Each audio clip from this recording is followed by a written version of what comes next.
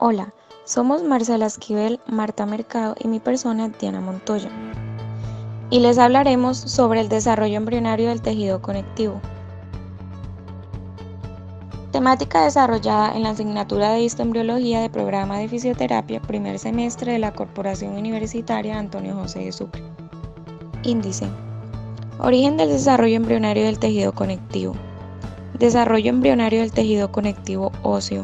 Desarrollo embrionario del tejido conectivo sanguíneo. Funciones de cada tejido. Efecto Bohr y transporte de gases. Elementos que conforman cada tipo de tejido conectivo.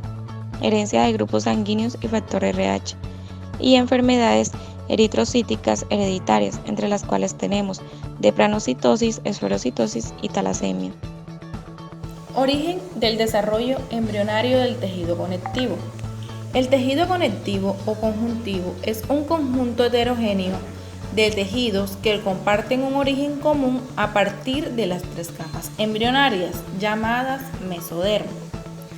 El mesénquima es el tejido primitivo mesodérmico del que derivan los demás tejidos que están compuestos por una sustancia fundamental muy tenue con apenas fibras y fibroblastos.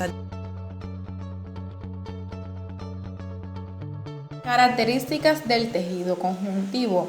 Es el tejido biológico de sostén con función de unir otros tejidos y estructuras.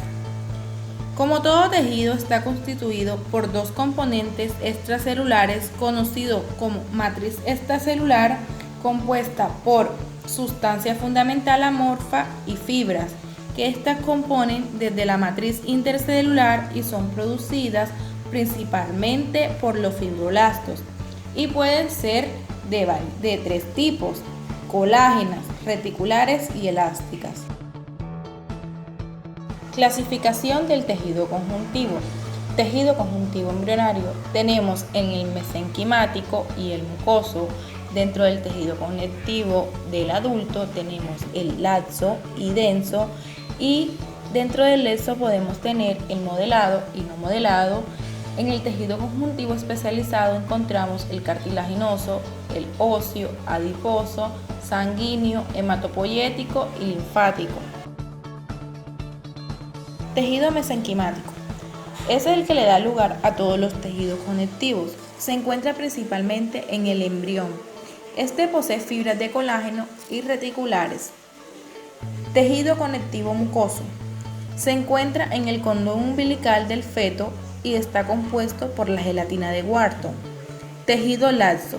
Este es un tejido muy abundante en el organismo y actúa como soporte.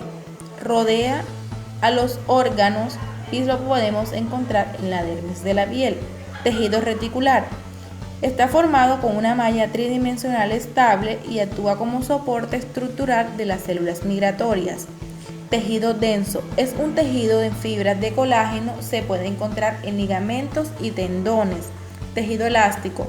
Es un tejido muy rico en fibras elásticas y cumple la función de dar elasticidad y flexibilidad. Lo podemos encontrar en las cuerdas vocales. Tejido conjuntivo óseo.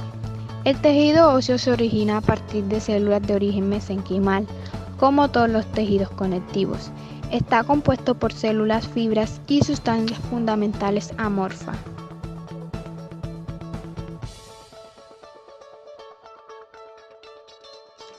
Este tejido nos brinda funciones como soporte, otorgándole una estructura rígida a los músculos.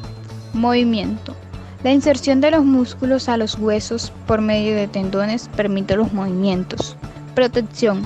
El esqueleto forma cavidades protegiendo a distintos órganos internos de posibles traumatismos.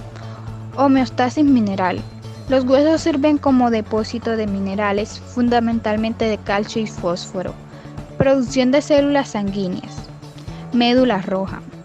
Produce glóbulos rojos, blancos y plaquetas. Este proceso se denomina hematopoiesis. Almacén de grasas de reserva. Médula amarilla. Se constituye principalmente por adipocitos en los que se almacena triglicéridos. Células que conforman el tejido óseo. Está formado por células y matriz ósea. Células osteoprogenitoras. Generan los osteoblastos y osteocitos. Las células osteoprogenitoras son células no especializadas derivadas del mesenquimal. Osteocitos.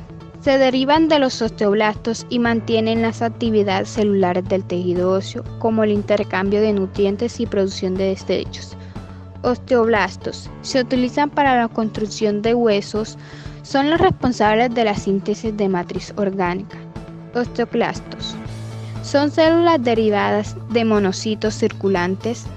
Su función fundamental es la de remodelación ósea. Desarrollo embrionario del tejido conjuntivo sanguíneo.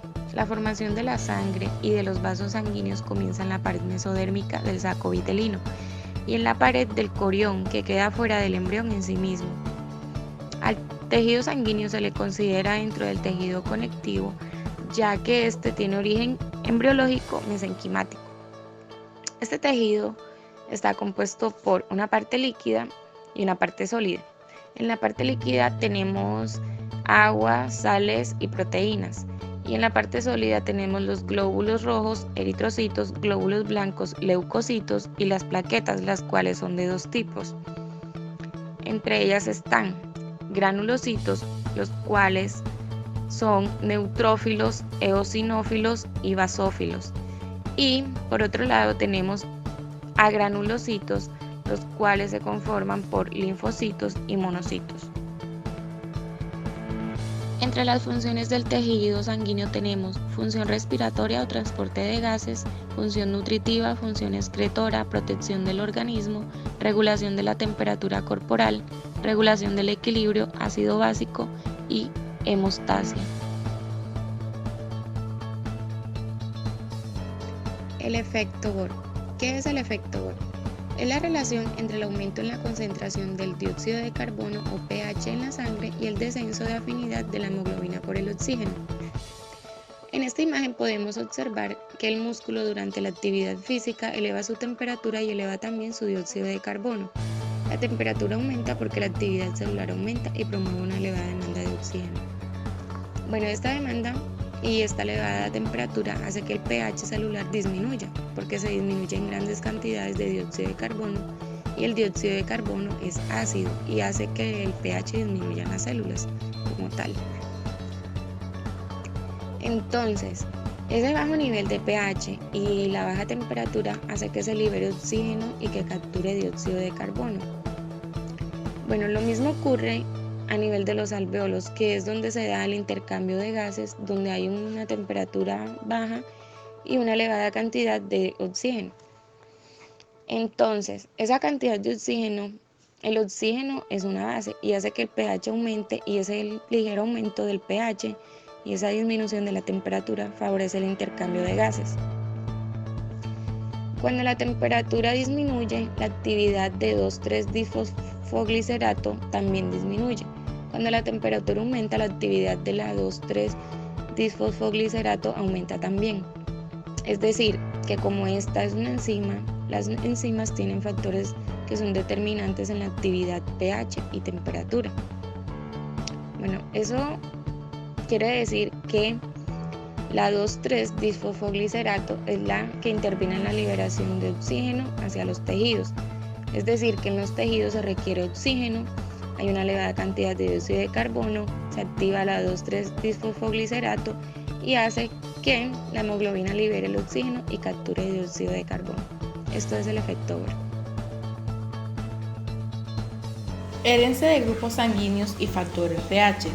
El factor RH se descubrió en la sangre en 1937 con ese primer aglutinógeno RH que correspondía a lo que se denomina en la actualidad RHO.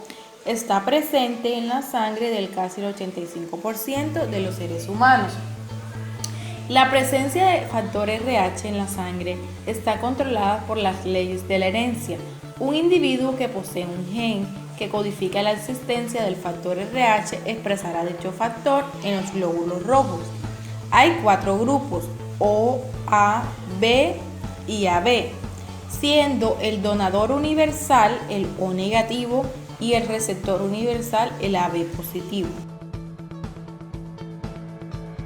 Enfermedades eritrocíticas hereditarias. Dentro de estas enfermedades tenemos la drepanocytosis, que es conocida como una anemia de células falciformes. Es una alteración de la sangre que hace que los glóbulos rojos se deformen.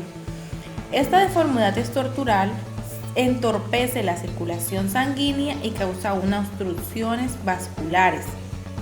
Esta se trata como una anemia crónica y grave. Genéticamente, la transmisión se debe a un gen de herencia autosómica recesiva del cromosoma 11 en los individuos homocigotos recesivos. Esferocitosis hereditaria. La esferocitosis hereditaria es una anemia hemolítica causada por una anomalía en la membrana de los glóbulos rojos, que los vuelve frágiles y provoca su descomposición. Los genes implicados pueden ser varios.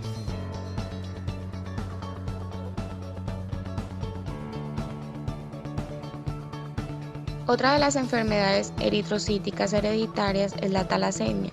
¿Qué son las talasemias? Son un grupo polifacético de trastornos heredados causados por mutaciones genéricas que disminuyen o anulan por completo la síntesis de una o de más de las cadenas de globina del tetrámero de la hemoglobina. Bueno, en la talasemia los glóbulos rojos se destruyen a una velocidad mayor, generando anemia, una afección que causa cansancio y otras complicaciones. El gen que codifica estas cadenas está localizado en el cromosoma 11.